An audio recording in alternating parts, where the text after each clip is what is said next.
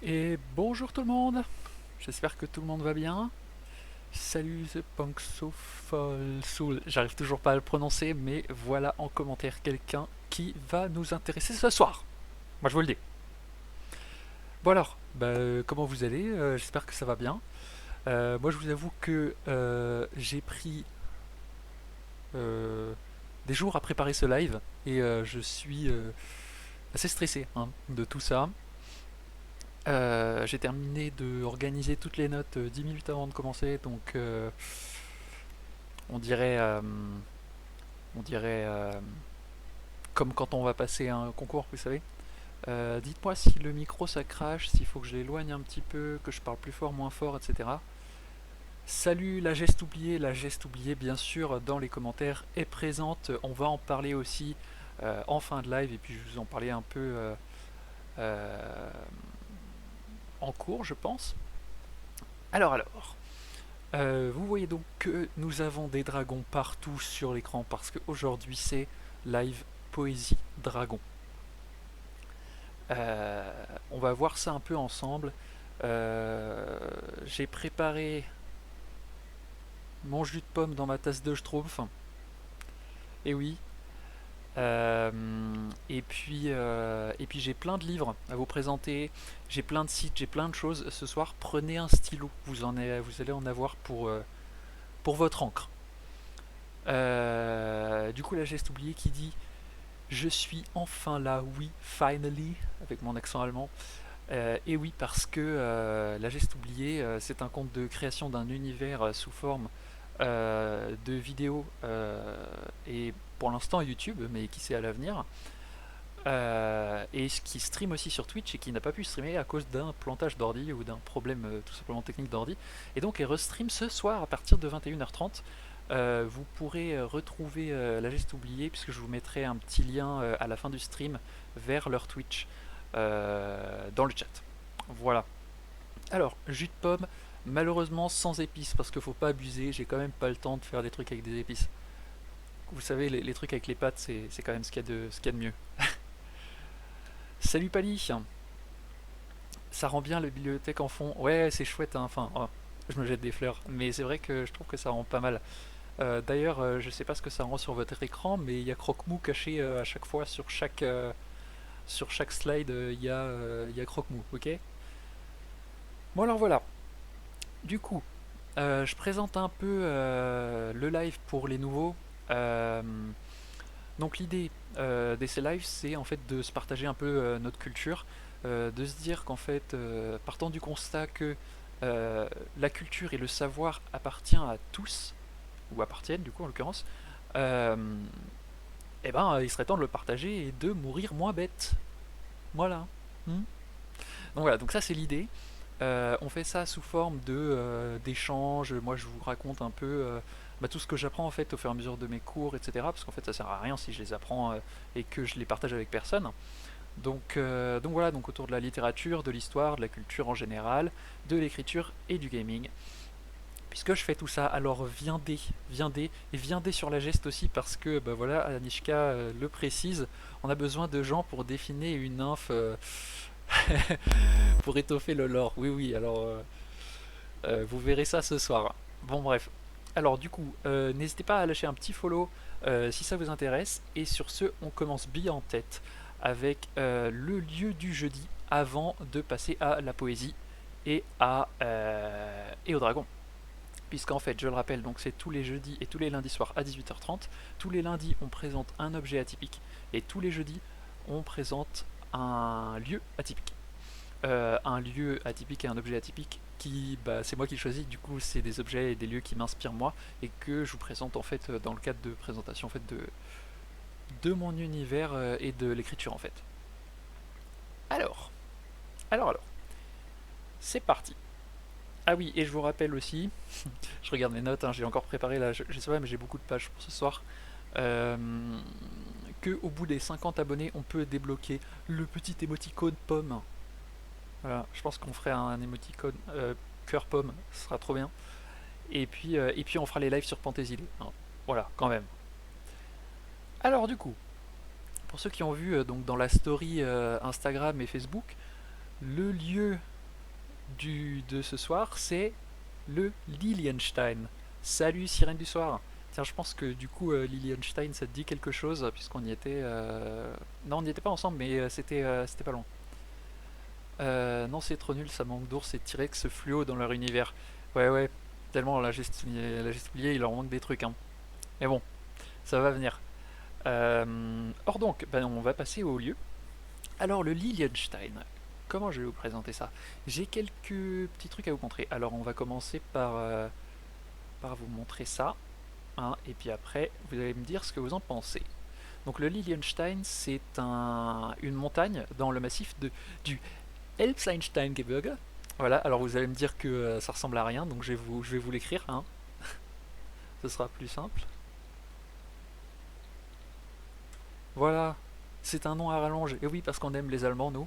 Donc en fait, ça veut simplement dire, hein, le massif de pierres de sable au bord de l'Elbe, hein. Ils sont pas pris la tête. Donc voilà, et c'est magnifique. Donc je vais vous montrer une petite vidéo, puis après on va en discuter. J'ai plein de photos à vous montrer de notre cher Sahel Darik, photographe, en fait quasiment photographe officiel de la chaîne.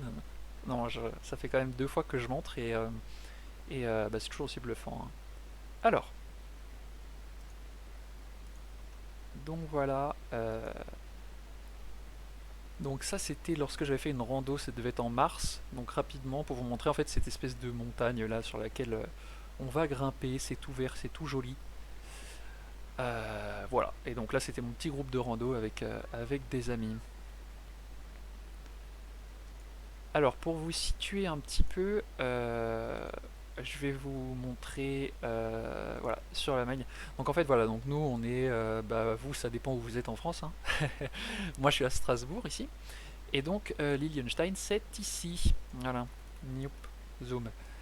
Donc à côté de Dresde où je vais souvent, Meissen qui était la ville, l'endroit de la semaine dernière. Donc pour ceux qui n'ont pas vu le live, allez-y, c'était particulièrement bien puisqu'on avait également les photos de Sahel Darik, photographe dont je vous mets le lien juste après, on voit les photos et tout, ça va être génial. Or donc, d'ailleurs dans le sondage, dans le quiz d'Instagram, j'ai mis Dresde. Et je pense que la plupart des gens ont voté Dresde. Je pense que vous avez vraiment envie que je vous fasse une présentation de Dresde. Donc, sait-on jamais, un de ces quatre, ça pourrait tomber. Je dis ça, je dis rien. Donc voilà. Donc Lilienstein, c'est ici. Et en fait, le Elbseinsteingebirge, ça va dans le territoire de la Sächsische Schweiz.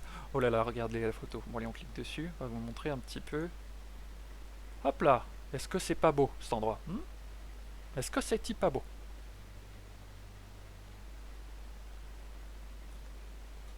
Je regarde les commentaires.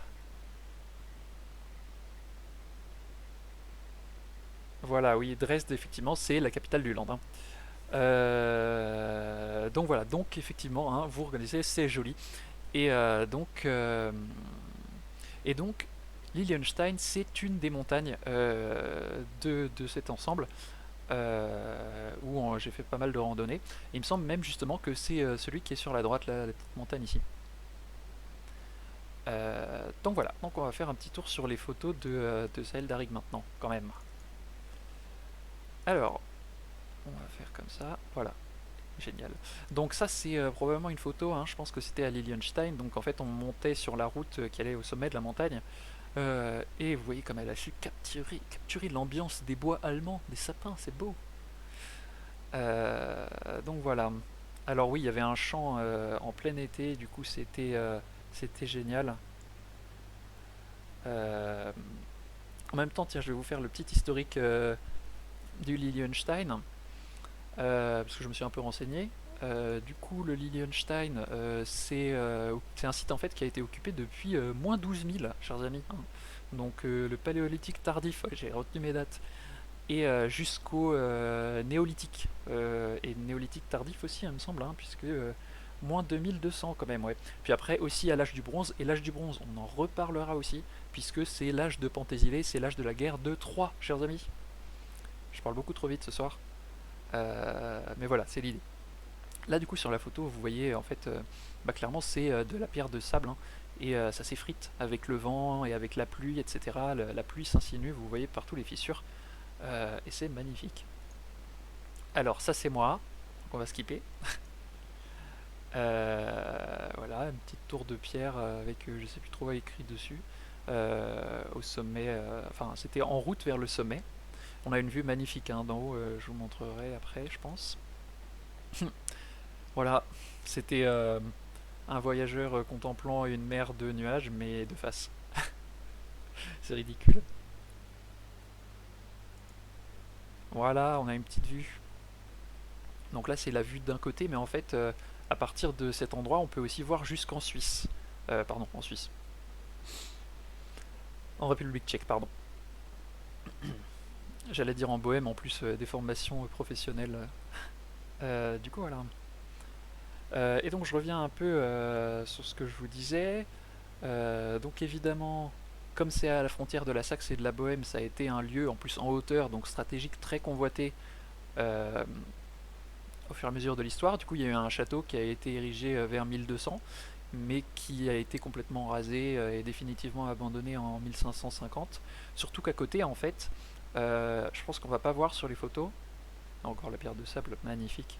D'ailleurs, plusieurs couleurs, je pense. Voilà. Ah, c'est beau ça, avec l'érosion, les minerais et tout. Magnifique.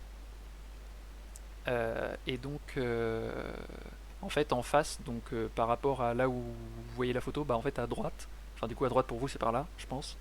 euh, Il y a la plus grande montagne fortifiée d'Europe. En fait, c'est tout simple, hein, ils ont pris une montagne et puis ils ont fait une muraille autour. Donc c'est franchement classe à voir. On en parlera peut-être au cours d'un autre live. Voilà, ça c'est encore moi là.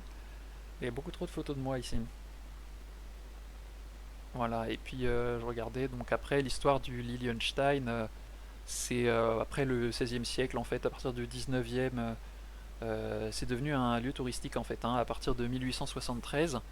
Un lieu de rando et d'escalade parce que bah, là c'est vraiment de l'escalade à fond la caisse dans le coin. Ah oui, et puis alors fun fact, nous on n'en a pas vu quand on y allait, mais depuis 1989 c'est un lieu où il y a bah, plein de faucons en fait. Voilà. Vous voyez la petite route là, bah, c'est là où je marchais tout à l'heure dans la vidéo. Et là où Sahel Darig a pris des photos en fait des petits flocons là. Je sais plus comment ça s'appelle. En vrai, vous voyez ce que je veux dire quoi. Voilà, photo de l'autre côté.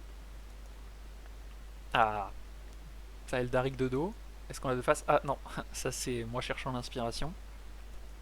Skip. Voilà, donc là on est de nouveau en bas par rapport à tout à l'heure.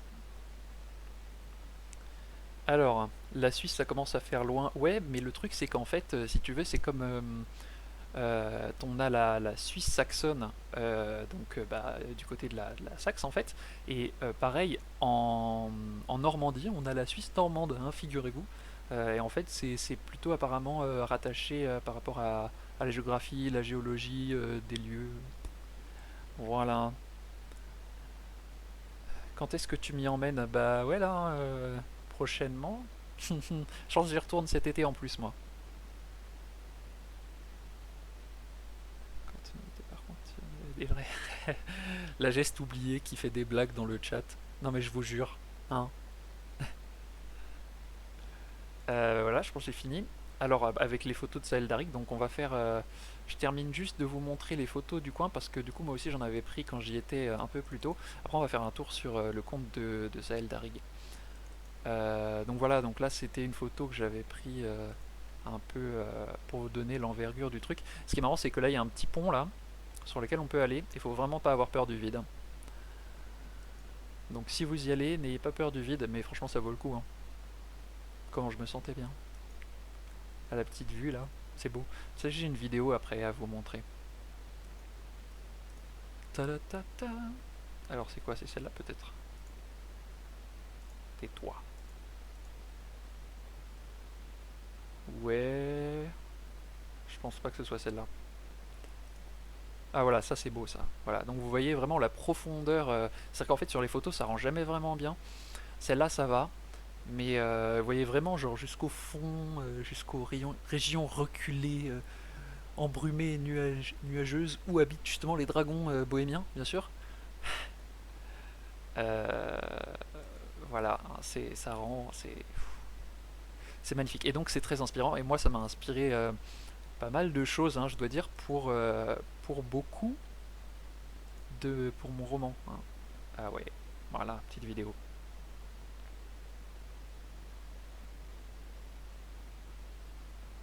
Voilà, et donc en bas, vous voyez, là, il y a le train qui passe, qui va en fait, comme à Strasbourg, on a un petit train, un tram en fait, qui va jusqu'en Allemagne. Et ben là, c'est pareil, hein, vous avez un train qui va jusqu'en République tchèque. Et d'ailleurs, pour ceux qui aiment le vélo, anecdote, si jamais vous voulez faire le vélo, il y a les bords de l'Elbe qui vont, je pense, de quelque part en République tchèque jusqu'à Hambourg, et vous longez, c'est la piste cyclable, elle est immense, j'aimerais beaucoup la faire en tout cas. Voilà, c'était tout pour le Lilienstein. Dites-moi si vous avez aimé. Moi, je passe sur Sahel Darig. Et oui, notre photographe officiel, n'est-ce pas? Du coup, qu'est-ce que vous en pensez du Lilienstein?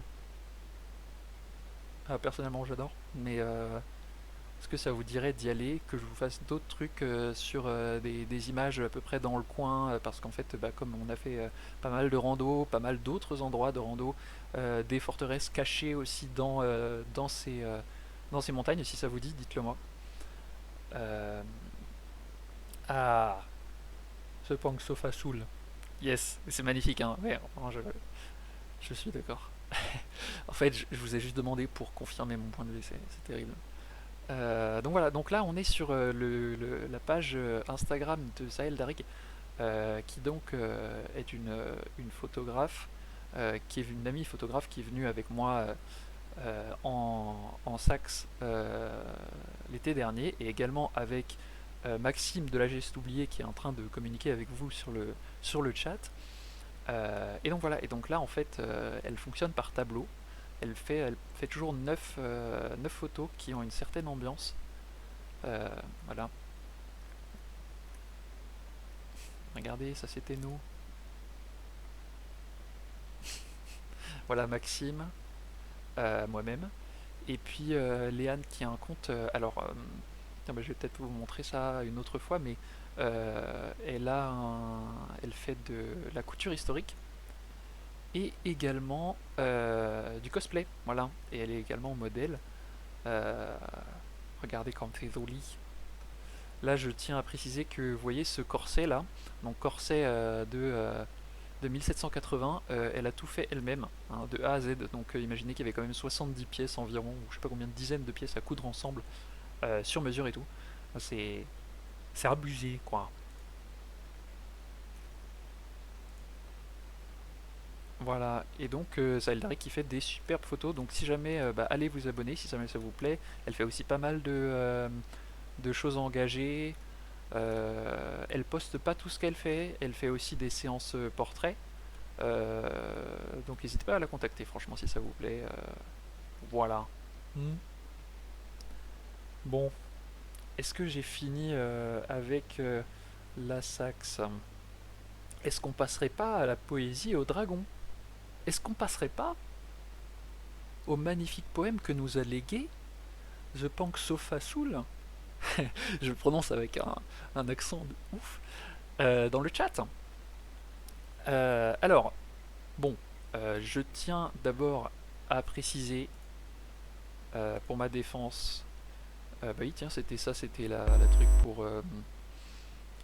C'est la slide que j'ai oublié de vous mettre. Ah, c'est pas grave. C'était photo, voilà, Lilienstein. Bon, on reste là-dessus le temps que je vous présente la chose. Euh, Oui, alors je tiens d'abord à m'excuser pour tous les mots qui vont être prononcés dans d'étranges langues que je ne connais pas au cours de ce live parce que ça va être assez abracadabrant. Euh, donc voilà. Alors, euh, qu'est-ce qu'on va faire? Oui, je tiens à m'excuser, oui, ça c'était important de le dire. Et donc on va passer au dragon. Tada! C'était la scène que je vous avais mise en story. Alors, je peux pas vous dire, mais je me suis vraiment Voilà, hein, pour vous trouver un truc, vous coucher à 1 heure du matin hier pour vous préparer cette petite scène. D'ailleurs, je dois avoir les sources si vous voulez des iconos. Si jamais ça vous intéresse d'avoir les iconos, celle-là je suis plus sûr, mais l'autre iconographie qui est dans l'angle du dragon avec une tête d'homme au bout de la queue, ça j'ai la source donc je pourrais vous l'envoyer si jamais ça vous intéresse. Alors du coup, bon l'idée d'abord c'est de vous dire bah, en fait pourquoi Poésie Dragon, parce que c'est vrai de prime abord ça n'a pas vraiment de rapport, hein, clairement. Donc l'idée, c'était salut Sahel Darig. Et bah du coup, voyez qui est dans le chat. Vous voyez qui est dans le chat là, celle dont enfin, c'est de l'autre côté pour vous, mais non, j'étais du bon côté, oui c'est par là. Enfin pour moi c'est là, bref. Mais qui est là dans le chat, euh, la photographe dont je vous parle. Donc n'hésitez pas à lui poser des questions aussi sur les photos que je viens de vous montrer, etc., etc. Puis faites pareil pour toutes les autres personnes qui vont être là dans le chat, parce que je vous ai préparé plein de petits trucs. Alors, du coup, pourquoi? Alors, les dragons, bah en fait tout simplement parce que tous les lundis, on fait des live gaming et le jeu avec lequel on a commencé sur la chaîne, c'est Dragon Age Inquisition, qui parle d'un univers bah, où il y a des dragons, logiquement, et qui s'inspire largement aussi de littérature et de fantasy. Et donc, bah, c'est l'occasion en fait d'aborder tous ces thèmes. Et donc, évidemment, je me suis dit, bah, on va parler des dragons. Voilà. Et ensuite, il y a donc notre cher The Punk Sofa Soul, alias Maya, que je vous montrerai le compte sur Instagram après, et donc poétesse, et également étudiante, a publié un recueil chez la maison Les Minims, la maison chez laquelle j'ai publié Le Fantôme Survivant, et qu'il a publié la semaine dernière. Donc je vous demande un gros bravo dans le chat. Et donc elle l'a publié la semaine dernière. Et donc pour l'occasion, pour lui faire un peu de promo et tout, bah, je me suis dit bah, on va parler un peu de son recueil et de voir si justement il y a des choses dans dans son recueil qui parlent un peu de tout ça quoi. Donc elle m'a filé un poème et ça tombe bien parce qu'en plus c'est le poème d'ouverture. Donc c'est quand même génial.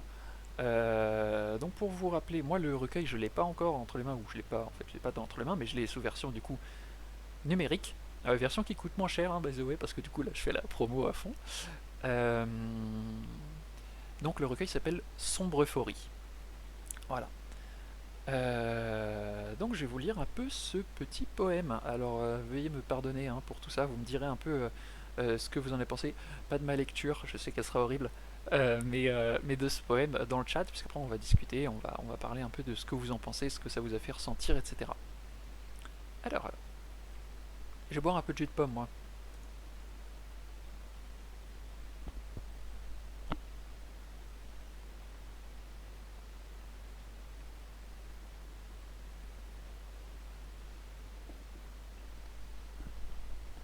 Alors. Or donc, je vous le lis, vous l'avez pas sous les yeux. Euh, non, je vais pas vous le montrer. Après, vous aurez accès à tout le texte. Il faut pas spoil non plus, quoi. Alors, Madame Hyde, à Sophie. Le diabolisme se révèle dans le ciel. Madame Hyde vient rendre visite à mon âme. Quand l'affliction de mon cadavre, animée d'une rare étincelle de vie, devient trop envahissante. Tout était prévu, contrôlé, par cette marionnettiste de l'autre hémisphère. Mon exuvie... Pardon. Mon exuvie... mais c'est un mot chelou aussi. Hein. Mon exuvie ne ressentait plus les brûlures des larmes salées sur mes joues. Madame Hyde sait y faire. Elle a passé du temps à retirer une à une les étoiles de ma conscience céleste. Elle s'est mariée il n'y a guère longtemps avec le Pierrot lunaire. Elle est devenue une identité. Elle est devenue une entité à forme de femme, les yeux embués d'opium sucré, le cou maigre et fébrile. Elle ne se nourrit pas beaucoup, en effet. Mon âme est vide. Hyde ne peut finir que les charognes. que les mots destructeurs ont laissé en moi. Il n'y a ni peine, ni souffrance, ni colère, car j'ai déjà été sauvé, moi, l'âme de verre qui laisse perplexe les cieux, par l'ange à la forme humaine. Cette femme blonde comme les blés était déjà entrée dans mon existence quand Madame Hyde a ressurgi. Elle m'avait déjà expliqué la vie, ses dérives et ses détours enchantés, que Madame Hyde et son visage clownesque s'amusaient à me cacher. Elle avait déjà adouci les contours de mon cœur chaste. Elle m'avait déjà fait voir la beauté du monde et de ce qui me reste à accomplir dans ce vaste univers. Cet ange sacré était là, de tout temps, même quand le climat était si chaud, si sec, si pluvieux. Elle m'apprenait à danser sur les décombres. Un soir, dans la nuit étoilée de cet instant hivernal, l'ange sacré de ceux qui, comme moi, sont nés sans patrie, a tué dans un éclair vengeur Madame Hyde, en hurlant « Que cela soit !» Le dernier épi de blé a poussé le lendemain matin sur mon cœur nouveau. Cette femme, cachée derrière l'ange sacré, a coupé tout obstacle entre Dieu et moi. Bon alors voilà, c'était la fin de cette lecture ultra nulle. Désolé pour les petits bugs. Voilà. Donc pour ceux qui, comme moi, avant la lecture de ce poème, ne savaient pas ce que c'était exuvie. Exuvie, c'est la peau qui résulte de la mue de n'importe qui, enfin plutôt d'un serpent en l'occurrence. Hein. Euh, donc voilà. Alors dites-moi, bon je suis désolé, j'ai pas fait un- une super lecture, mais qu'est-ce que vous en avez pensé? Et donc, n'hésitez pas à poser des questions justement à Maya The Pongso Soul, j'arrive jamais à le dire, qui est dans le chat justement et qui vous répondra avec précision. Voilà, alors Pali-Craft qui dit que c'est très symbolique comme poème, non, effectivement c'est très symbolique, et donc en préparant cette séance, j'ai quand même discuté un peu avec Maya pour dire voilà, qu'est-ce qui se passe, est-ce que moi je le comprends bien, est-ce que je le comprends pas. Euh, Bah merci, ta lecture était très bien, merci, très bien, parfait, malgré les petits bégaiements. Donc la première chose qu'elle m'a dit, c'est que effectivement le poème est un des poèmes euh, qui a été, comment dire, interprété de façon différente le plus dans son recueil. Hein. C'est-à-dire que à chaque fois que quelqu'un le lisait, il l'interprétait de façon différente, et que c'est peut-être ça justement qui faisait l'identité aussi de ce poème. Et justement, on en parle. Petit premier lien avec les dragons, puisque les dragons aussi sont des créatures quasiment indéfinissables. On en parlera juste après. Alors, du coup, donc à l'origine, donc euh, pour Maya, euh, c'était une manière de représenter plusieurs thèmes, hein, donc comme elle m'a dit, donc deux couples en fait, hein, Madame Hyde qui représente sa dépression, et l'ange sacré, la figure du texte qui correspond à son écriture. Euh, voilà. Et donc l'idée aussi, hein, bien sûr, c'est de parler de la pluralité des moi, donc je, euh, donc en fait de toutes les facettes qui habitent une personne. Hein. Et en l'occurrence, elle a utilisé effectivement, Anishka, tu le dis, Madame Hyde est une référence à Dr Jekyll, effectivement. Alors moi je ne le savais pas, mais donc après elle me l'a confirmé. Euh, voilà, donc ce personnage à double personnalité qui en fait en prenant une potion se transforme en laissant place à tous ses vices, euh, voilà, de nuit principalement. Hein. Et parfois de jour, enfin bon, ça finit par prendre en fait euh, possession de lui. Hein. Cette mauvaise part, à chaque fois qu'il se transforme, finalement, il finit à la fin par se transformer lui-même et à rester euh, possédé par ses mauvais côtés. Alors, ce qui n'est pas le cas justement hein, de Maya qui a réussi à comme on dit, schtroumpfer ses méchantes pulsions et à eh bien, ma foi, à les dépasser, et grâce à l'écriture justement, hein, puisque c'est l'ange sacré de l'écriture.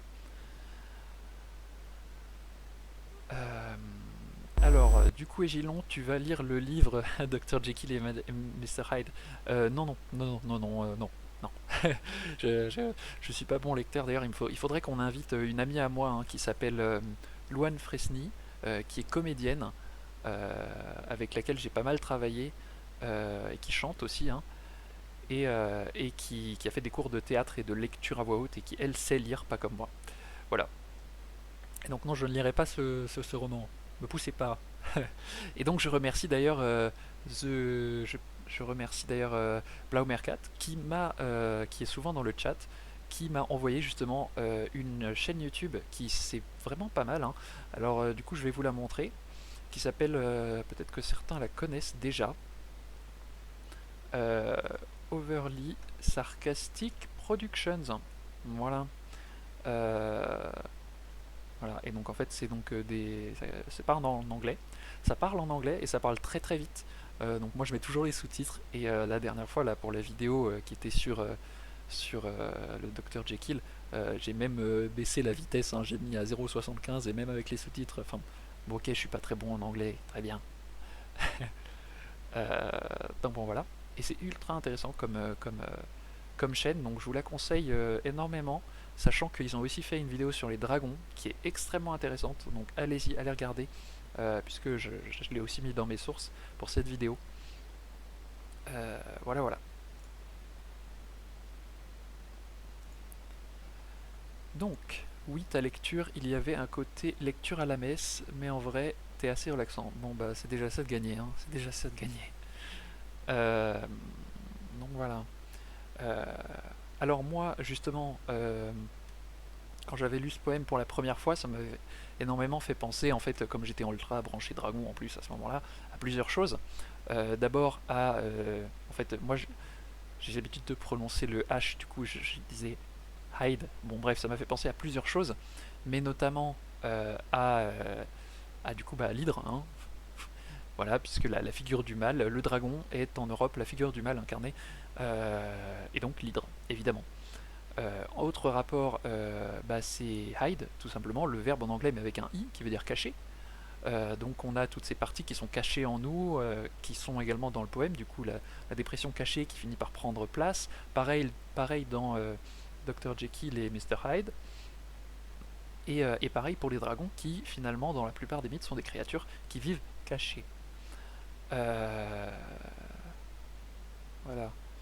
Et ensuite il y avait aussi une troisième idée, oui, c'était bah, en fait Madame Hyde, et en français ça fait I2, hein, hein, c'est moche. Donc bon, voilà, c'était la troisième idée qui m'était venue en tête. Alors, ce sont des historiens qui tiennent la chaîne, les amateurs trouveront leur bonheur. Bah voilà, bah Blaumercat qui me. Voilà, merci beaucoup les historiens qui sont sur Overly Sarcastic Productions. Je le prononce à la française, hein. Je me cache derrière mon accent. Je dis que c'est français, mais en fait j'ai vraiment un accent horrible. Enfin bref. À moi, le poème a tout de suite fait penser à la dépression, effectivement. Bah voilà, bah, le but est donc accompli, mais ce poème est aussi censé vous faire sortir de la dépression, hein, je précise, hein. Voilà, donc oubliez pas ça. Non, bon. Et donc voilà, et donc l'idée, c'était qu'en fait, à la fin, après mon échange avec Maya, elle m'a dit que donc Hyde était une créature ou un monstre qui n'existait pas, et que ça justement c'était volontaire. Et ça c'est très important pour moi, c'est qu'en fait c'est un monstre qui n'existe pas, c'est-à-dire que il est nommé, mais il n'est pas, il n'est pas représenté, plus ou moins. Et ça c'est très important, et c'est quelque chose que j'aime beaucoup faire aussi dans mes écrits personnellement, c'est-à-dire que si dans un écrit on donne trop de précision sur un personnage, eh bien le lecteur n'arrive plus à se l'imaginer, parce qu'on lui a donné, on lui a, en fait, ça freine l'imagination du lecteur, et tout à coup il n'arrive plus à s'identifier, on lui donne une image qui ne lui correspond pas. Et donc ça aide énormément à la projection en fait dans le poème. Logique.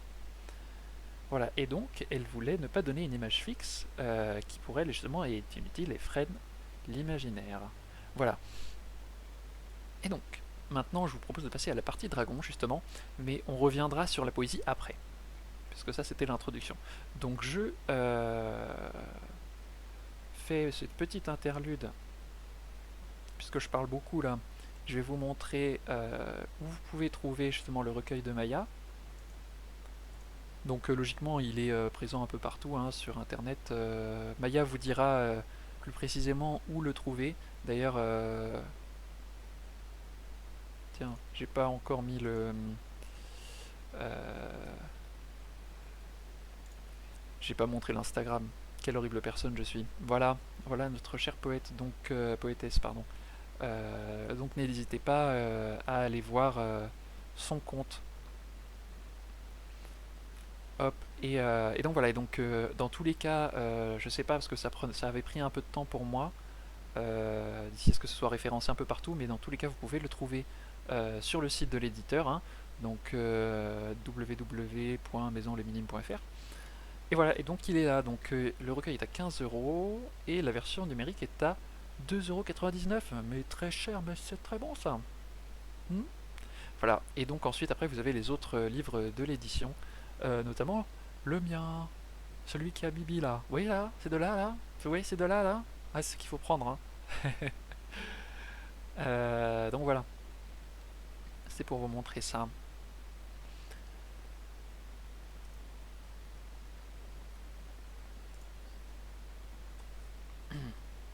Voilà, c'est ça, il y a le lien Amazon, elle l'a mis dans le chat, donc n'hésitez pas.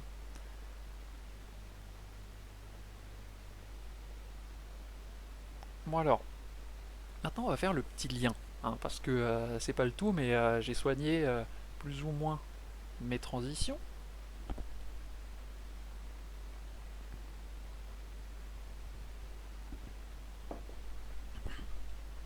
Et du coup oui, il a raison, il faut tous les prendre. Sachant que j'ai derrière moi l'anthologie, première parution ou deuxième, je sais plus, Désirez-moi, avec une magnifique illustration de Naegi Kung Art. Il faudra que j'en fasse, que j'en parle aussi d'elle sur un live un moment, parce qu'elle fait des super illustrations. Donc voilà, donc ça c'est une anthologie, et je sais plus combien il y a de poètes et de poétesses dedans, mais c'est assez incroyable.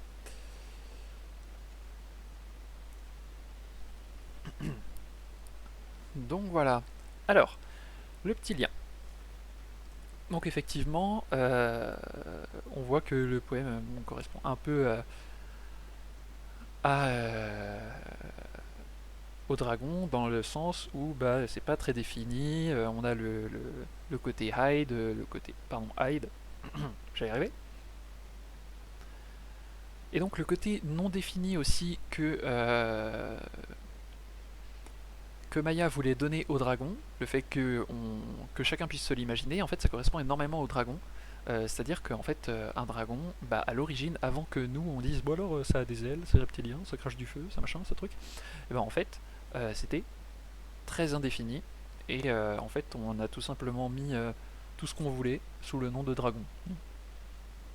Tout ce qui tout ce qu'on arrivait du mal à définir et qu'on voyait qui était un peu féroce et violent, enfin qui avait de la puissance en tout cas. C'est un dragon ça. C'est un dragon, hein. Ouais, ça a des plumes, ouais, ça a pas d'ailes, ça rampe, ça va sous l'eau, ça vole. C'est un dragon. Voilà. Des tas de choses comme ça. Et donc c'est un terme fourre-tout. Voilà. Même si au fur et à mesure des siècles, hein, bien sûr pour nous, le, la vision que nous on en a, qui est à l'écran actuellement, a fini par s'imposer. Et donc l'autre parallèle qu'on peut faire, c'est que justement la poésie, comme les dragons, en fait, c'est quelque chose de difficilement définissable, hein. Tiens, moi je pose la question dans le chat. Vous allez faire une disserte. Voilà, qu'est-ce que la poésie? Vous avez 6 heures. Donc voilà, donc en fait c'est enfin, puisque vous trouverez en fait toujours, voilà, vous avez 6 heures, voilà, on a la même bref. En fait, comment dire, dès que vous allez essayer de donner une règle, vous allez trouver des exceptions. Et c'est assez incroyable. Et c'est un peu pareil pour le dragon. Euh,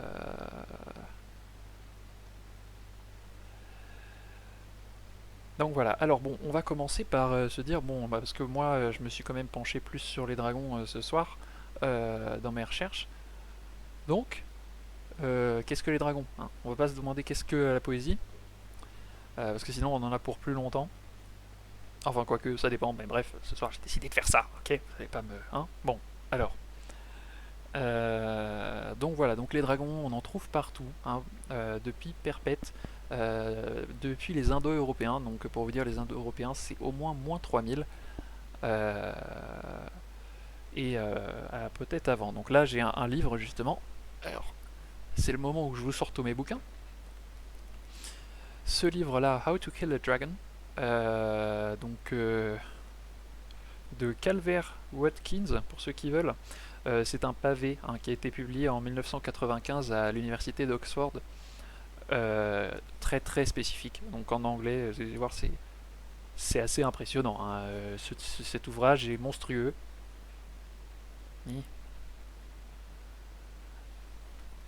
Donc vous allez, si jamais vous voulez un bouquin spécialisé, si jamais vous voulez un bouquin spécialisé sur les dragons euh, indo-européens, et sur la suite dans la littérature et la poésie, etc., vous allez être servi. Il est très spécialisé, hein. Par contre c'est un livre, je vous préviens, d'élite, hein, comme on dit. Ça, faut vraiment connaître le sujet avant de se plonger dans ce bouquin, parce que c'est hardcore. Donc voilà. Donc bon, comme on fait toujours, un petit point étymologie, un petit point histoire du mot. Alors, qu'est-ce qu'il y a? Je regarde un peu les commentaires. Alors, j'ai fait licence de chimie, Pacagne. Ouais, ouais, ouais. Oh, oh. Personne n'est parfait. C'est beau, mais pas forcément. Mhm. Mais définissons ensemble le mot beau.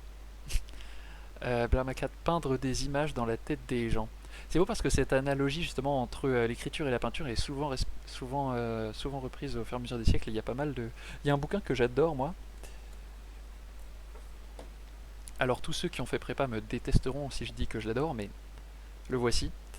Euh, et comment Maya, si tu ne l'as pas, je te le conseille fortement. Il est génialissime, hein. Et donc là-dedans, ils expliquent effectivement qu'est-ce que la poésie, mais enfin ils essaient d'expliquer en fait, hein, plus ou moins. Et donc dans ces textes critiques, on voit le lien qu'il y a entre la peinture et l'écriture. Donc intéressant, effectivement. La poésie, vision, émotion ou sensation selon chacun, effectivement. C'est une bonne définition, même si, encore une fois, si on trouve on peut trouver plein d'exceptions. Par exemple, un tableau peut susciter des émotions, des sensations. Euh, un roman aussi, certains passages dans un roman ont vocation à être poétiques. Plus sérieusement, je dirais que la poésie, c'est raconter des choses de manière allégorique moins cash, même si le sujet en lui-même est terre à terre. Et bah, comment diversifier ça? C'est-à-dire que pardon, c'était pas français ce que j'ai dit, mais dans la littérature plus contemporaine, on a des textes vraiment très très trash de poésie. Et c'est même plus allégorique, hein. C'est violent parfois, hein. Moi j'ai été membre du comité de lecture du concours de poésie en liberté. Et parfois je vous dis qu'on tombe sur des trucs, c'est costaud. Ils y vont, ils ont un style, mais c'est un style cash, quoi. Bon. Euh, mais je vois ce que tu veux dire, puisque c'est le fait de dissimuler le mal, justement, bah, c'est ce qu'on retrouve dans Les Fleurs du Mal de Baudelaire, hein, le classique, ou par exemple une charogne, ce genre de choses camouflées ou représentées, le mal par la beauté, ou alors la beauté se cachant dans le mal, bref, bref, bref, bref, bref, etc. On avance. Donc, l'étymologie. Parlons de l'étymologie. Alors, ça vient du latin draco, qui vient lui-même du grec dracon, avec un K. Euh, Donc eux-mêmes qui veulent dire en fait à la fois dragon, serpent, c'est interchangeable en fait, et ça vient justement du verbe. Alors il y a deux verbes possibles. Encore une fois, déjà dans la définition du terme, en fait, c'est déjà flou. Euh, donc on a le verbe drakein qui veut dire en fait lancer des regards. Donc en fait, je suis un dragon et je regarde partout. Un peu comme un chat en fait. Hein. Enfin, vous voyez Croque-Mou qui est juste au-dessus de moi là. Voilà. Ensuite, on a le verbe derkomai qui veut dire briller, regarder intensément. Voilà, donc des choses qui rougeoient, qui brillent, etc. En fait, ça renvoie, selon la plupart des gens, au regard perçant des serpents. Et donc, et donc, c'est quelque chose dont je me sers dans beaucoup de mes romans, enfin dans mon roman principal en fait, hein, où il est question également de dragons et où le personnage principal s'appelle Dragan, Dragan, et qui justement, je me sers de l'étymologie. En fait, il a métaphoriquement, il est celui qui a l'œil qui voit bien, celui qui sait où il doit aller et ce qu'il doit faire. Alors ça ne veut pas dire que c'est forcément bien, hein, et ça ne veut pas forcément dire que c'est la seule voie. En fait, ça veut aussi surtout dire qu'il ne voit qu'un seul chemin. C'est peut-être le bon, mais il n'en voit qu'un seul, et en soi, je ne sais pas si c'est bon. En tout cas, il sait ce qu'il doit faire. Alors, je vois que j'ai lancé des beaux débats dans le chat, ça fait plaisir. Euh, Ça fait plaisir. Alors, euh, donc on va faire un petit peu d'histoire avant de voir un peu, parce que j'ai fait pas mal de recherches dans les sources. Comment on définit un dragon? Comment on définit un dragon? On va essayer de faire ça ensemble un peu, donc on va commencer par les sources qui parlent de représentation physique, et après on passera dans la littérature, et puis après on reviendra sur la poésie, et puis on fera notre petite conclusion. Alors joli commentaire de Blamacat. Historiquement, on peut partir des muses pour définir l'art. Elles sont filles de la mémoire, mnémosyne, donc l'art. C'est une forme de transmission avant tout. Ça c'est très bon, ça, c'est très bon. Euh, Bon, est-ce que je fais une petite aparté? Moi j'ai des choses à dire là-dessus, je suis pas genre la personne la plus référence, mais justement ton commentaire me fait penser à le discours de Solzhenitsyn à Stockholm en 1970, où il dit qu'en fait l'art est le moyen de transmettre à un homme l'expérience des autres. En fait, c'est le garant de la paix, tout simplement. La littérature et l'art sont les garants de la paix. C'est ce qui permet aux hommes de toutes les cultures de se comprendre et de se rendre compte qu'on est tous humains finalement. Et effectivement, hein, quand on était, quand on avait, quand j'avais réussi enfin peut-être à trouver une définition, ou quand on avait élaboré ensemble une définition en prépa de l'art, on était tombé effectivement sur la conclusion que c'était avant tout la transmission d'une émotion. Genre là c'est vraiment le truc le plus ric-rac, ou au moins c'est partout. C'est au moins quelque chose qu'on peut appliquer à peu près partout. Bon, mais voilà, encore une fois, c'est très très large hein, finalement. Donc voilà. Alors, art, truc créé ou exécuté par des gens un peu foufou. Je ne saurais pas dire dans quel domaine ils le sont plus. Ouais, c'est ça. Moi, ce que je dis souvent, c'est euh, dans la vie, il y a des moments où il faut être sérieux, puis il y a des moments où on peut être fou. Heureusement, il y a très peu de moments où il faut être sérieux. Voilà. Je dis ça, je dis rien. On a eu la même conclusion aujourd'hui. Ah bon, bah voilà, bah c'est beau ça. C'est génial. Euh, ouais, je ne savais pas, merci. Mais de rien, moi c'était un argument retrouvé dans le bouquin que je vous ai montré là, celui-là là. Donc c'est Littérature 150 textes théoriques et poétiques par J. Vassevière et N. Tourcel. Voilà, c'est génial. Et donc dedans il y a l'extrait du texte de Solzhenitsyn. Et je l'utilisais tout le temps en prépa, en dissertant. C'était vraiment un truc genre troisième partie à chaque fois. Dans une des sous-parties de la troisième partie à chaque fois. Enfin bref, et on arrête là. Je passe à la partie historique sur les dragons. J'aime bien ce petit live, hein, on commence à partir un peu ailleurs. Alors, donc, j'ai pas pris toutes les sources historiques possibles et imaginables, hein, parce que bon, j'en ai sélectionné deux là pour les descriptions. Donc, Aristote, au 4e siècle avant notre ère, nous dit dans son Histoire des animaux, livre 1, chapitre 5, paragraphe 9, les volatiles à ailes de plume ou à ailes de cuir ont deux pieds ou n'ont pas de pieds. Et l'on affirme qu'en Éthiopie, on trouve des serpents qui sont organisés de même. Les volatiles qui ont des ailes à plumes s'appellent des oiseaux. Les deux autres espèces de volatiles n'ont pas reçu un nom spécial et unique, qui les comprendrait toutes les deux. Voilà, donc encore une fois, nous, actuellement, on identifierait ça comme dragon, mais à l'époque, ils sont en mode c'est quoi le nom pour ça? Donc voilà, mais encore une fois, on voit que c'est quelque chose qui, dans l'imaginaire, renvoie à un territoire lointain, etc., etc. Les chauves-souris sont des dragons, du coup. Effectivement, hein, oui, oui, c'est des dragons. Non, non, parce que là, ils ont dit... Non, non, les volatiles à ailes de plume ou à ailes de cuir. Alors, est-ce qu'on peut dire que les chauves-souris ailes de cuir? Je sais pas. Voilà, et donc la deuxième source que j'avais sélectionnée, donc c'est une source plus tardive, pour vous dire en fait que au fur et à mesure des siècles, de l'Antiquité jusqu'au Moyen Âge, les dragons sont une réalité, hein. C'est des animaux qui existent, alors que pour nous, pas tellement.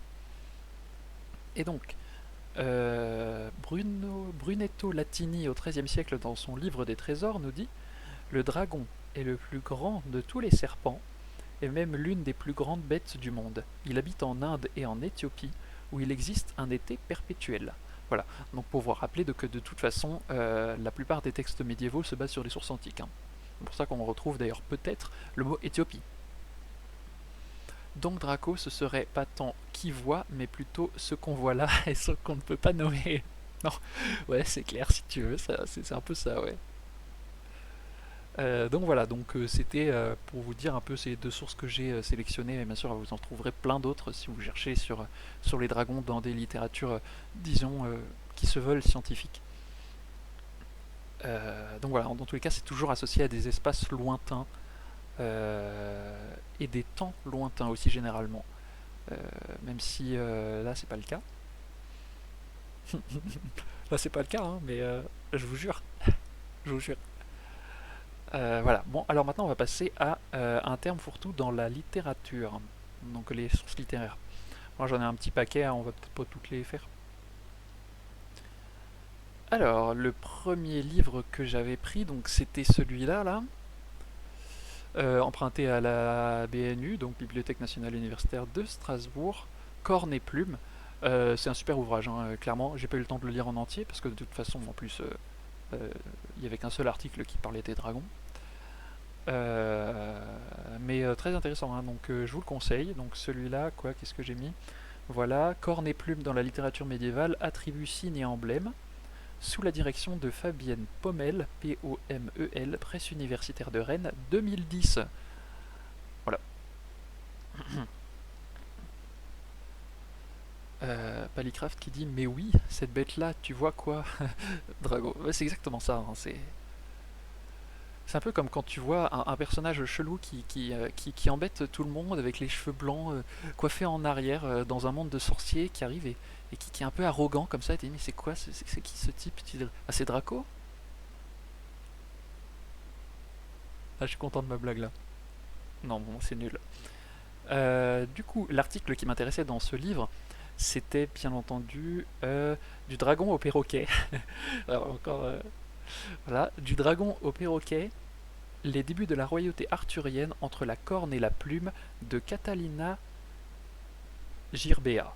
Je suis sûr que je sais pas, j'ai mal prononcé le nom, mais voilà. Tiens, tiens, le petit émoticône de la geste oubliée de Palicraft. Enfin bref.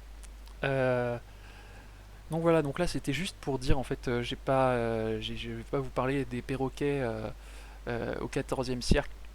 Je vais pas vous parler des perroquets au XIVe siècle dans la légende arthurienne, parce que c'est pas le truc. Mais si vous voulez, on en reparlera, mais pas là. Et, euh, et donc juste pour dire qu'en fait, on, parlait de... oui, qu'est-ce que j'ai dit, Palicraft? C'est Polycraft dit non, celui-là c'est Histoire appliquée. C'est ce que j'ai dit autre chose. Je voulais dire Histoire appliquée ou Icarius sur Instagram. Et donc, sur Instagram, oui, Icarius sur Instagram et sur Twitch. Je voulais dire Twitch, mais effectivement c'est aussi sur Instagram. Donc bref, vous savez que Arthur s'appelle Arthur Pendragon et que sur les armoiries d'Arthur on a le dragon. Alors il se trouve que selon cet article, euh, dans cet univers qui est donc situé en Europe, curieusement, le dragon n'est pas utilisé comme représentation du mal, mais plutôt comme représentation politique de domination et d'affrontement. Donc en fait, deux dragons qui s'affrontent, hein, notamment dans les premières chez Geoffroy de Monmouth. Voilà. J'espère que je n'ai pas craché sur le micro.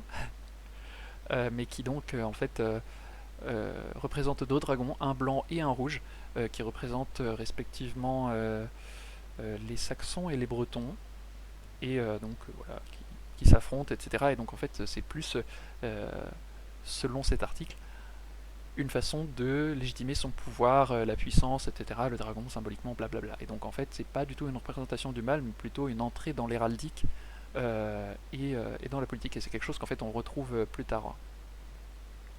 Les légendes arthuriennes, youpi, et oui, mais là on va s'arrêter là, hein, je vous préviens. Ces légendes arthuriennes, il y a déjà trop de trucs dessus.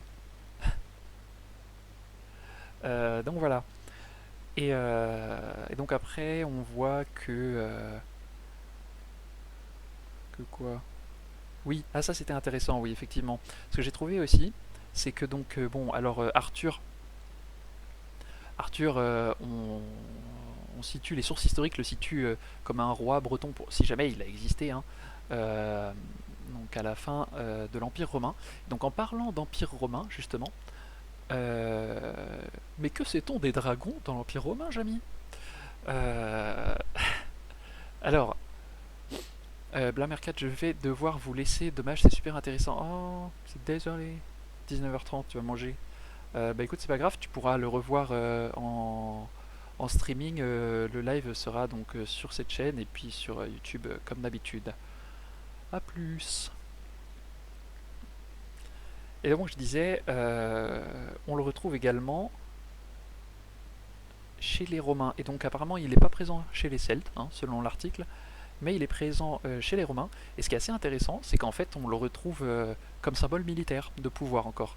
Donc vous savez, les légions ils ont un étendard comme ça, une enseigne, pouf pouf pouf quand ils avancent, avec le mec avec la peau de lion, tout ça, je sais plus comment il s'appelle. Et donc la légion, en haut, il y a, d'ailleurs, je sais pas si c'est lui qui porte. Bref, en haut, il y a un aigle. Et bah ça c'est la légion. Et en dessous, on a les cohortes. Et elle, c'est à chaque fois un dragon. Et oui, enfin c'est ce que nous dit VGS en 175. J'ai ma source. Donc voilà, alors pour savoir un peu à quoi ça ressemblait, puisque apparemment c'est une représentation différente hein, qu'on se faisait au 2e siècle de notre ère qu'actuellement, bien sûr, je vous ai trouvé une petite illustration qu'on trouve sur la colonne de Trajan. Voilà. Donc clairement c'est une espèce de queue de serpent avec une tête de chien au bout et une grande langue, hein. Voilà. Donc c'est sur la colonne de Trajan. Remarquez cette magnifique armure à écailles. J'en veux une. Bref.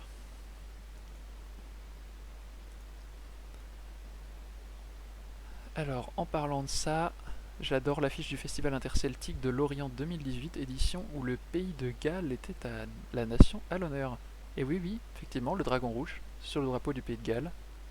Oui, oui, alors effectivement, justement, le dragon rouge, c'est celui qui est allé sur le drapeau du pays de Galles. Effectivement, c'est exactement ça, hein. Enfin, certains historiens tissent le lien entre le dragon arthurien et le dragon qu'il y a sur le pays de Galles, sur le drapeau du pays de Galles. Voilà. Euh, D'ailleurs, petite anecdote qui vous permettra de briller en société, la personne qui portait cet étendard avec le dragon au sommet là chez les cohortes s'appelait le Draconarius. Voilà. Les cohortes romaines ont donné leur nom au dragon des guerres napoléoniques. Je n'en ai strictement aucune idée. Voilà. Parce que je ne connais pas du tout les guerres napoléoniques. Enfin rapidement quoi. Mais cela dit, je peux vous conseiller un bouquin sur les Romains. Celui-ci là. Coucou. Ceci est une pure merveille, chers amis. Ceci est une pure merveille. Je ne regretterai jamais l'achat de ce livre. Infographie de la Rome antique. Donc c'est en 3 parties. C'est une façon d'analyser l'histoire que on a rarement vue en fait et qui est très intéressante. Donc en fait on a une partie sur territoire et population de l'Empire, une partie sur gouverner, vénérer les dieux et pourvoir aux besoins, et une troisième partie sur la puissance militaire romaine. Donc en fait je vais vous montrer un peu comment ça se présente. Ça se présente en fait sous forme de graphique. Voilà. Et donc il vous explique tout ça. C'est c'est tellement magnifique. Regardez, ah oui, ça c'est dans la partie militaire, histoire des 44 légions du Haut Empire. Donc vous avez toutes les légions, une par une, avec leur emblème, le nombre, les campagnes qu'ils ont fait. Enfin bref, un peu tout quoi. C'est trop génial comme bouquin. Voilà, donc je ne saurais que vous le recommander. Alors, qu'est-ce que Anishka dit? Et s'il est idiot, le méchant, on l'appelle Draconardus? Je ne dirais rien. Si j'avais une pomme, voilà. Je pense que je vais juste boire.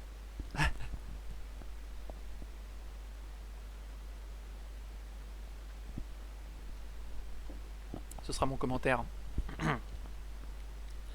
Bref. Donc maintenant, on fait un petit bond dans le temps, histoire d'avancer un petit peu. Je squeeze quelques sources. Bon, rapidement, le dragon, à l'époque médiévale, c'est le méchant, hein, pour la faire courte.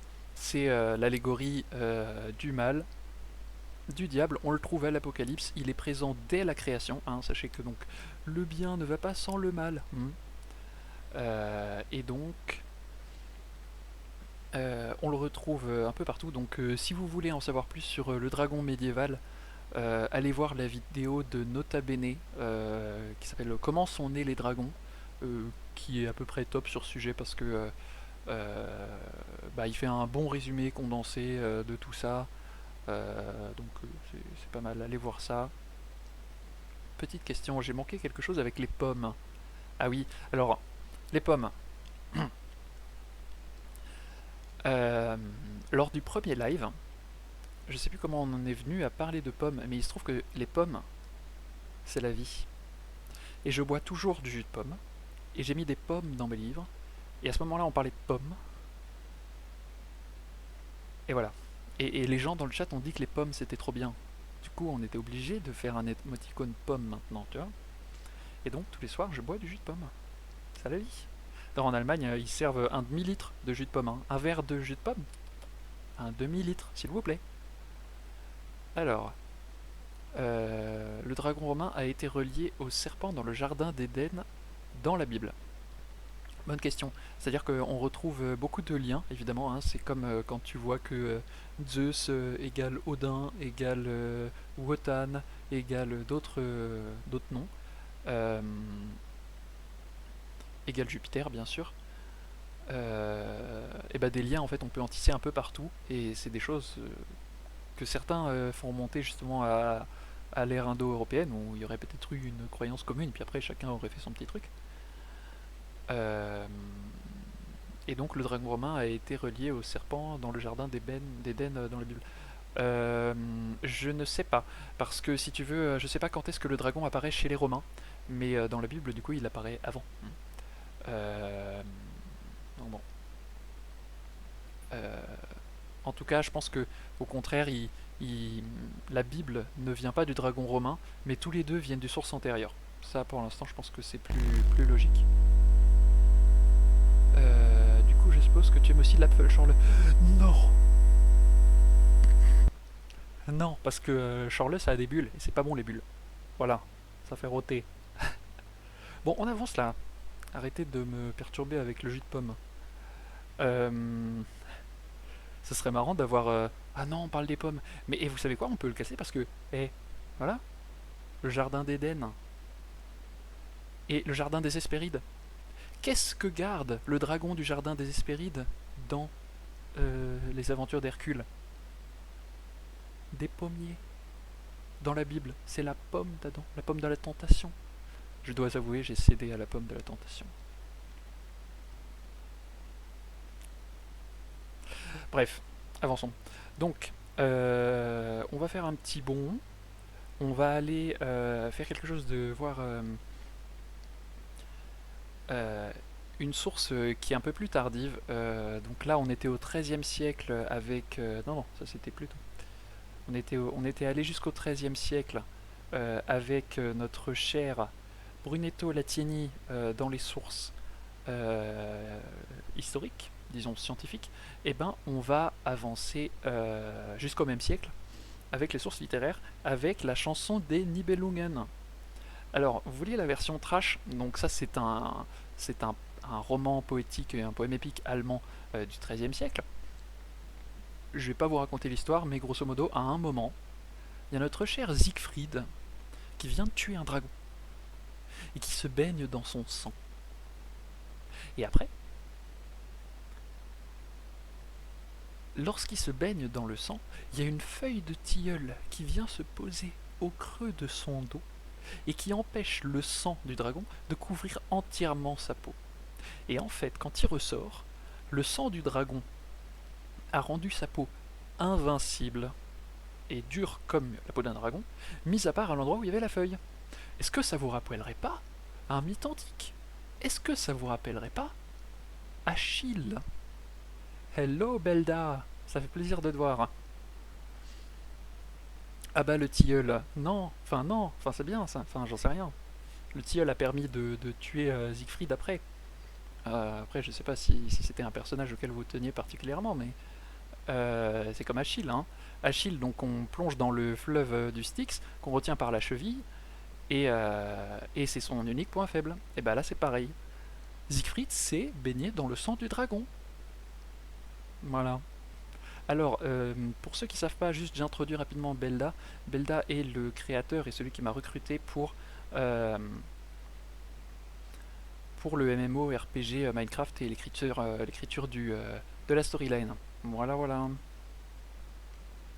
Du coup, ça fait plaisir de te voir. Oh, sirène du soir, tu dois nous abandonner. Et vive Achille.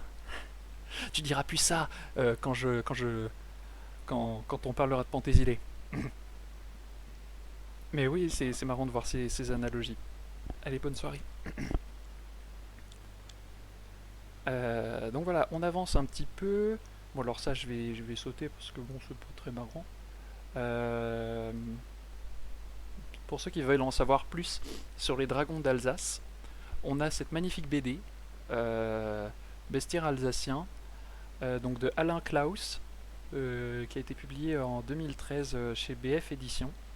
Et donc là, c'est le tome 1 où il y a les dragons dedans, mais après, vous avez toutes les créatures dans les tomes suivants. Voilà.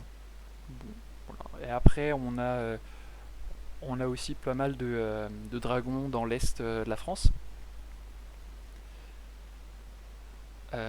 Tu vas manger, tu reviens, super, bah, tout le monde, bah écoute, bonne soirée. Ça veut dire que j'ai actualisé mon compte Insta, il est tout beau, hâte de voir le replay des dragons, j'adore les dragons. Bon, on ira refaire un tour alors sur ton compte Instagram à la fin pour voir un peu à quoi ça ressemble. Du coup, à Metz, on a le Graoui de Metz. De Metz hein. Ah, qui n'a jamais entendu parler du Graoui de Metz? Où est-ce que j'ai un truc sur le Graoui de Metz? Dans ce livre-là, qui n'a pas de titre. Alors, c'est Dans la gueule du dragon. J'ai pas noté les refs. Bref, vous voyez là. Si, sous la direction de Jean-Marie Privat, édition Pierron en 2000. Donc là, en fait, il y a toute une première partie sur le Graoui de Metz, en fait, parce que bah, en fait, ça a été publié par l'université de Metz. Donc évidemment, ils ne pouvaient pas faire une partie sans parler de ça. Bref. Et on termine sur les dragons maintenant, avant de revenir à la poésie, en parlant de ce qui se passe un peu à l'autre bout du monde, hein, parce que c'est pas le tout, mais nous on parle que des dragons européens, mais les dragons ont existé également chez les Incas et en Chine, comme nous le rappelle la fameuse vidéo de Overly Sarcastic Productions, que m'a recommandé Blaumercat. Salut Jules, ça fait plaisir de te voir. Donc Jules, je vous l'avais déjà présenté la dernière fois. Et donc là c'est un autre livre hein, dans lequel donc il y a dans la vidéo de Overly Sarcastic Productions vous trouverez sur les dragons pas mal de trucs sur justement les dragons qui sont pas des dragons européens puisque bah il y en a plein hein, notamment en Chine, en Inde et puis après chez les Incas aussi. Et puis dans l'introduction de ce bouquin là qui est génial aussi, Caractère et métamorphose du dragon des origines, du méchant au gentil, par Bernard Ribémont et Karine Vilco, publié aux éditions Honoré Champion en 2004. Donc celui-là il est génial. Alors ils évoquent simplement dans l'introduction hein, les dragons euh, à l'autre bout du monde, puisqu'ils disent qu'eux ils vont se concentrer uniquement sur sur l'Europe. Voilà. Je trouve que tu es le meilleur Twitcher histoire. Ah, ça fait plaisir, Jules. Merci beaucoup. Hein, ça fait vraiment plaisir. Mais si tu veux aller voir d'autres chaînes d'histoire sur Twitch, tu devrais aller voir ce que fait de temps en temps Nota Bene. Même si la plupart du temps ils font des lives d'interviews. Il y a les lives interviews avec des historiens, donc ça peut être un peu hardcore parce que ça dure 2 heures et puis c'est vraiment des sujets spécialisés. Donc moi je fais plutôt de la vulgarisation un peu rapide. Et puis après il y a Histoire appliquée, hein, donc Icarius qui fait des trucs géniaux sur l'histoire. Donc si jamais ça t'intéresse, je t'encourage franchement à aller voir. Tiens, je te mets Icarius, ça s'écrit comme ça. Notamment le mythe d'Icare, mais on en reparlera une autre fois parce que lui il s'est brûlé les ailes avec des ailes en cire. Le mec un peu trop bête, genre viens je vais te construire des ailes en cire, tiens en parlant de dragon, je vole jusqu'au soleil, puis après ça fond, je tombe et je meurs. Une des morts les plus stupides de l'histoire. Hein. Donc bref voilà. Alors du coup, juste rapidement pour évoquer les dragons qui sont à l'autre bout du monde, on a dans la mythologie chinoise des dragons en fait qui sont à l'origine du monde. Donc là où en Europe on a des dragons qui sont plus à l'origine de la destruction et du chaos, à l'inverse, en Chine on a des dragons qui représentent la création et l'ordre. Donc on a, c'est ultra drôle puisqu'on a le dragon, alors prononciation pourrie oblige, Shanghai King. Ça rappelle un peu Shanghai Kid, hein, moi je dis ça mais c'est un peu marrant. Shanghai King, qui est donc le dragon cosmique qui régit le cours du temps. Donc quand on écrit temps, c'est le temps chronologique et climatique. C'est-à-dire que le mec il peut faire avancer le temps et faire pleuvoir plus rapidement en même temps. Ou pleuvoir dans l'autre sens. Enfin bref. Et lui, il est à la fois homme et à la fois dragon. Voilà, truc. Et après, à noter aussi que Niu Kua, qui est le premier être sur Terre, est une femme à queue de dragon et qui a façonné les hommes avec de la terre jaune et de la boue. Voilà. Hmm. Ok, bon du coup je vois que notre merveilleuse poétesse doit s'en aller. Bah écoute, de rien pour ce live. Hésite pas à regarder le replay, à follow pourquoi pas si jamais ça t'a plu.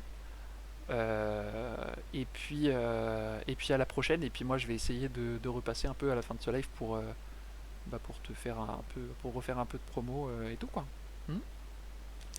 Super, bah ça fait plaisir. Alors à plus. Et donc je termine un peu rapidement avec tout ça.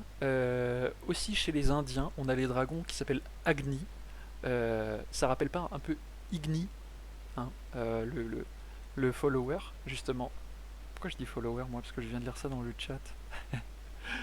Euh, Igni le follower. Non, non, Igni qui veut dire feu, hein, qu'on retrouve, il me semble, ça se rapproche de l'indo-européen justement qui voulait dire Igni, mais je suis plus sûr, faudra vérifier.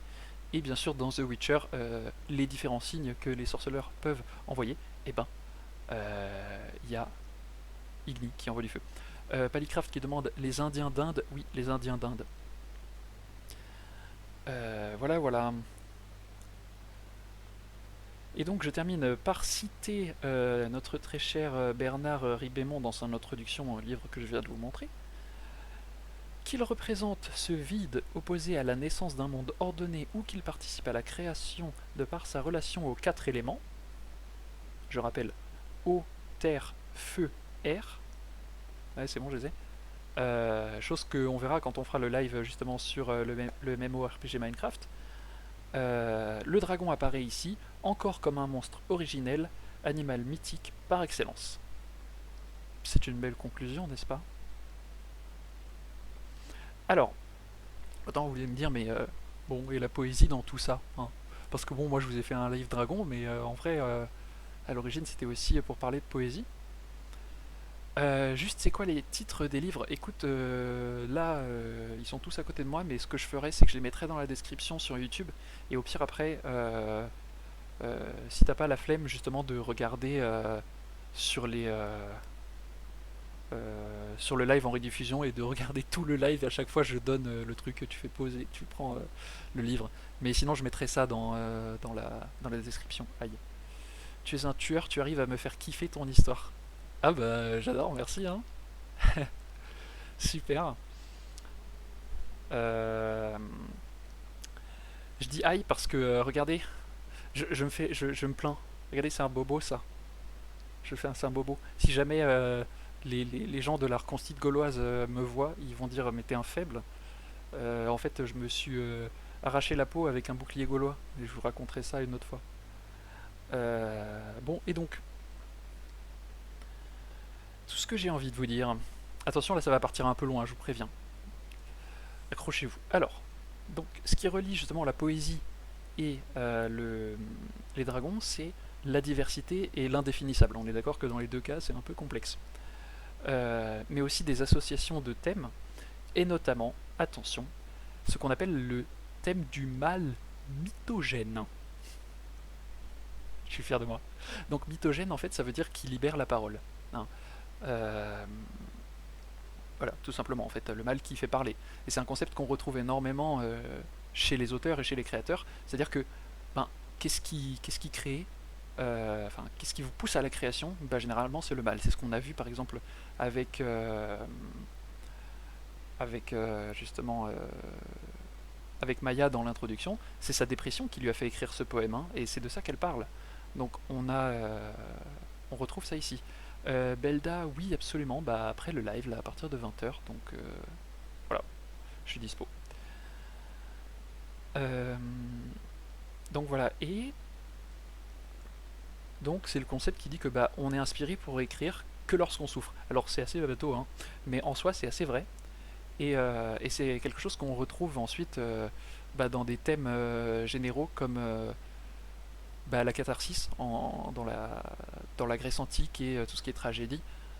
Donc ça, pour ceux à qui ça dit rien, c'est en fait l'idée que sur scène, on représente les violences pour que le peuple qui regarde évite de reproduire ces violences dans la société. Et en fait, c'est là qui purge en fait, hein, toutes ces vilaines émotions. Et donc c'est un peu exactement en fait cet instrument de, euh, de manipulation ou de contrôle des foules qu'on retrouve en fait dans les arènes antiques, etc., romaines, etc. Et donc voilà, à ce titre donc les dragons deviennent un instrument, parmi d'autres, de représentation du mal dans l'écriture, et qui permet donc d'exprimer le mal mythogène. J'espère que vous m'avez suivi, mais sur le principe c'est ça. Euh, Après c'est vrai que donc en littérature on voit de plus en plus à partir des années 1960 des dragons positifs, hein, notamment avec notre cher Croque-Mou qui est juste au-dessus de moi là. Euh, et donc pour ça, si jamais bah, justement je vous reconseille le livre que je vous ai montré là, et puis la vidéo de Nota Bene, comment sont nés les dragons. Si vous voulez voir comment les dragons méchants deviennent des dragons gentils, c'est par là. Bon, et donc je voulais finir justement avec un petit poème d'un autre poète qui a été publié chez la maison Les Minimes, donc mon éditeur. Euh, donc que j'ai là sur, sur mon téléphone parce qu'en fait il m'a envoyé le lien de son blog sur son téléphone, donc je vais lire ce petit poème, il est très court, vous allez voir. Alors, Anishka qui dit catharsis, notion pas du tout comprise par ceux qui disent que gna gna gna, les jeux vidéo ça rend violent. C'est exactement ça. Exactement. Puisque nous on le voit, hein, les jeux vidéo ça permet d'apprendre et de se cultiver, n'est-ce pas? Et c'est vrai, il y a de la catharsis dans le jeu vidéo, hein. Et donc, le poème. Enfant du dragon. Enfant du dragon. Le feu nage au contour du désir. Le noir sanguinaire de ta tresse frissonne. Au pli alangui de ta proie, ta pensée déverse mâchicoulis, des jours et des nuits. Déjà les poignets tombent, les gorges se tendent, quelques fièvres fondent l'or des volontés. Le roi pose un genou, succombe à ton regard affamé.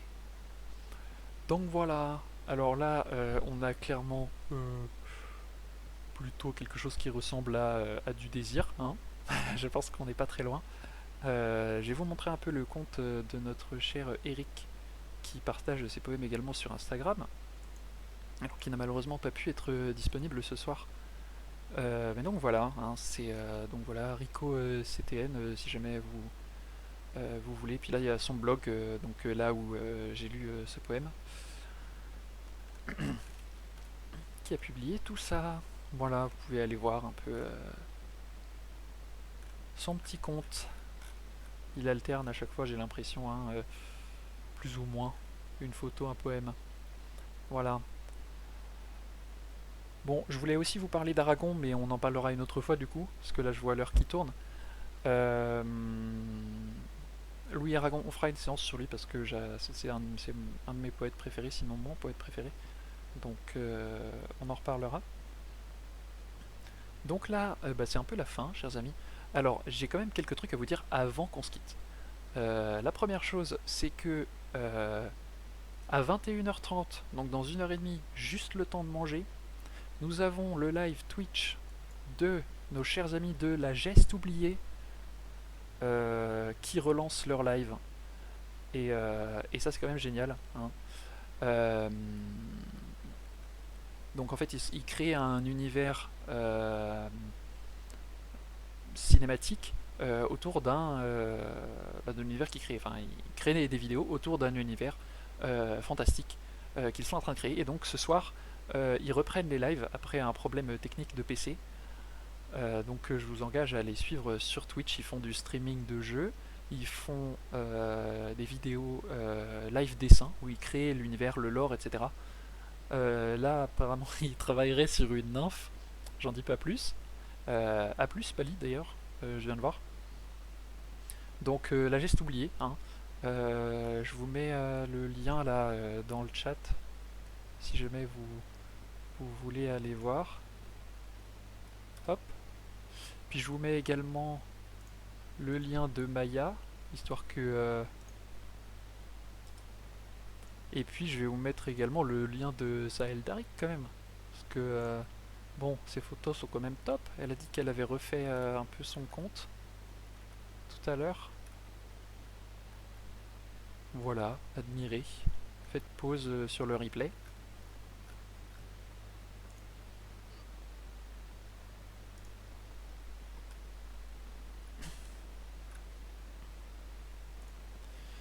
Donc voilà.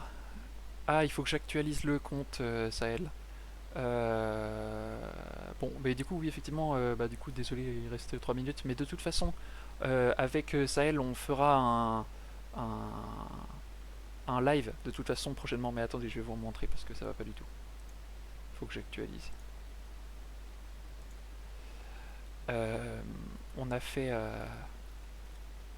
Ah oui, d'accord. Oh, une dernière. Oh là là, elle est magnifique cette photo, regardez. On laisse un like direct. C'est magnifique. Bravo. Ça me donne envie de vous montrer. Oh là là, il y a même un poème. Bon, allez lire tout ça, c'est fantastique. Euh, Ça me donne envie de vous montrer des photos sur un bateau en ivoire de cette taille-là, là, sinon plus grand, qu'on trouve dans le musée de Dresde, mais je vous montrerai ça une autre fois. Voilà. Bon alors, Non, justement, il ne veut pas commencer la nymphe tant qu'on n'a pas assez d'abonnés. Vous savez ce qu'il vous reste à faire exactement. Eh ben, abonnez-vous, allez vous abonner à la geste oubliée. Et pour ceux qui regarderont ce live peut-être après, bah, n'hésitez pas à follow ici aussi, puisque à partir de 50 followers, je rappelle, on a notre notre petite pomme en logo. Et puis aussi bah, les lives sur Pantésilé. J'arrête pas de le dire, mais Pantésilé c'est une Amazon la plus badass du monde. Donc je mettrai une musique particulière et tout, ça va être génial. Euh, donc, chers amis, n'oubliez pas d'aller voir Twitch. J'espère que ce live était pas trop confus et que ça allait plus ou moins. Dites-moi bien si c'était ok pour vous. Et puis ma foi, nous on se revoit lundi prochain. On retourne sur Dragon Age Inquisition avec d'autres surprises. Et jeudi prochain, je ne sais pas encore ce qu'on va faire. Ah si, jeudi prochain, soyez au rendez-vous parce qu'on va parler reconstitution historique, au moins dans un deuxième temps, avec de magnifiques photos de reconstitution. Vous allez voir, c'est bluffant. Hein. Je vous en dis pas plus, mais on va parler de ça. Non, c'était cool, c'était même plus interactif. Bah écoutez, c'est génial. De toute façon, c'est sur un format plus interactif qu'on va passer comme ça le jeudi. Le lundi, c'est gaming aussi. On essaie bien sûr de faire l'interaction, mais c'est vrai que là, je suis plus sur les commentaires. Donc, n'hésitez pas à venir. Hein. Voilà. Anishka, des photos des grattes. Non, pas de photos de grattes. Cela dit, on pourra aussi le faire, bien sûr. Non, je fais plus allusion aux photos de Gaëtan. Mais on en reparlera. J'ai fait Tux. Enfin, on a fait Tux avec lui. On a fait Folleville, plusieurs batailles. Bref, j'arrête là. Alors, du coup, le petit mot de la fin. J'espère que ça vous a plu. Et puis surtout, n'oubliez pas que le savoir, ça se partage.